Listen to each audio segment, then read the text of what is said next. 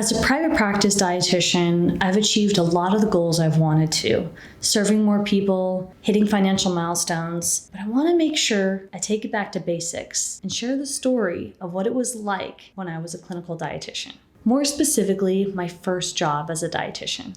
So for those of you that know my story, I worked as a clinical dietitian for 4 to 5 years before I went full-time as a business coach for dietitians. I also worked as a private practice consultant while I was working my full-time job as a clinical dietitian.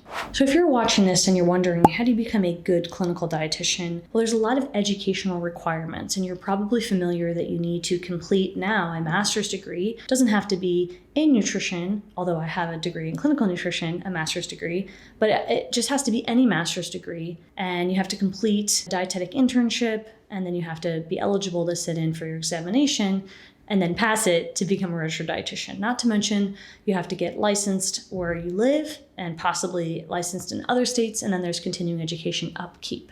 But to get to the point where you are a registered dietitian, eligible to work as a clinical dietitian, you have to complete a lot of rigorous schooling. If you're interested in learning my specific process of what it was like when I was in school and my internship journey, comment below and I'll create a separate video dedicated to my schooling journey and my process of how I became a dietitian.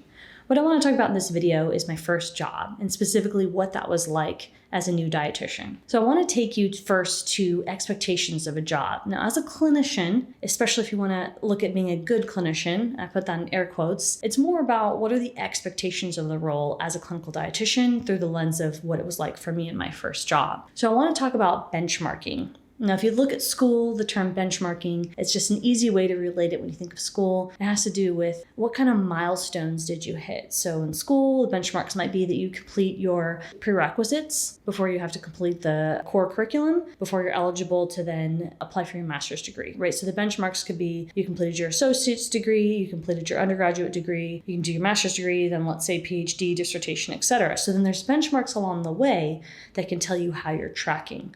So that's how I like to talk about your clinical job in context of how I progressed as a clinician and what was expected of me and how I looked at the position. So there's 2 types of benchmarking.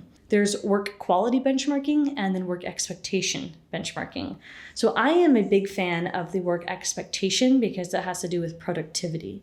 So in my first job, work expectation, and this can vary per position, has to do with basically how much charting do you have to do? How many patients or people do you have to see?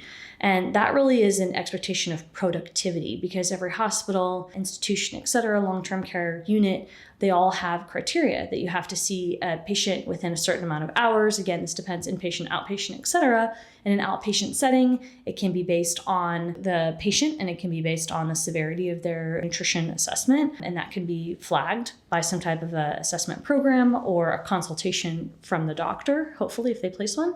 And in an inpatient setting, it can have to do with what their diagnosis is related to nutrition and the amount of the duration of stay that they're in the hospital. So there's a few indications in terms of how productivity looks in different positions. Now that was my favorite way to look at my first position was what does productivity look like? And in some of my jobs, it was the amount of patients I needed to see per day. And in other positions, there might have been something different. It might have been, it was usually patients I needed to see per day, but that expectation varied. So for long-term care, it was based on the beds for that particular facility, where in inpatient, it might have been 8 to 10 per day, where in outpatient, more towards 7 to 8. So again, it varies depending on the position. For my first position, I did per diem. And so my productivity was based on my ability to help out with the nutrition team, being able to assess all the patients that had come into the hospital.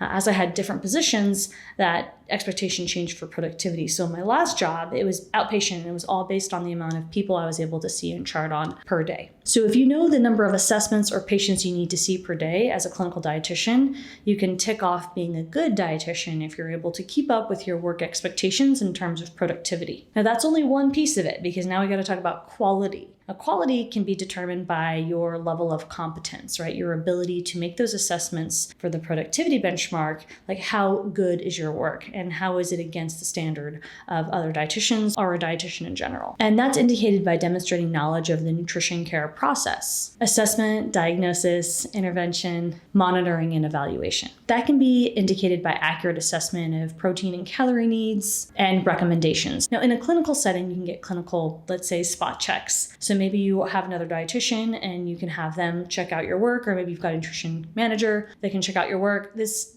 can depend on the facility that you're working at. This can depend on a lot of factors if this is something that's important for your role. Now, I would say taking a look at your quality and your efficiency in your role are two indicators, benchmarks as I call them, that can help you really negotiate higher pay and then identify as being a good clinical dietitian.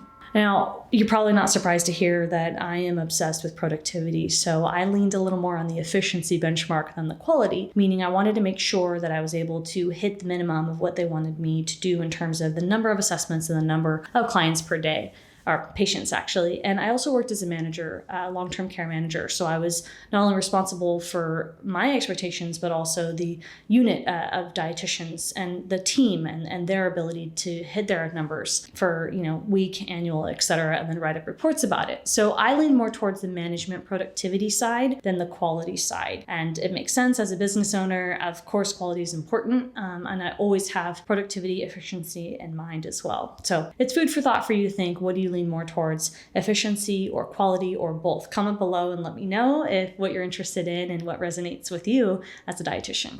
I want to share the question of, is it stressful to be a dietitian? And the answer is no. Now, it can depend, of course, on your line of work. There are some clinical dietitians that might work in ICU that their jobs can feel a lot more stressful than other dietitian jobs that might be a little more laid back. So, of course, it can depend on what you're doing. And I'm only talking clinical because that was what I worked in clinical. This can vary for corporate and other positions that dietitians can hold because there's a lot of jobs and alternative career options that dietitians are working in every day. But I'm just speaking from the clinical standpoint. So I would say if you are doing anything that's critical care or any tube feeding, TPN, etc., it might be maybe a little more stressful, unless if you really love that kind of stuff, than other, let's say, outpatient or long-term care types of positions. It also depends on the staff. Who are you working with? What is your team like? What's the dynamic like with the other clinicians or dietitians if you do work with others? Now, you might be wondering, do dietitians have a good work-life balance? I'm going to say no based on my story. So again, I'll come back and I'll give you an answer in terms of if it might be good for work-life balance. I'm going to say no because the debt-to-income ratio is really high for dietitians, meaning that dietitians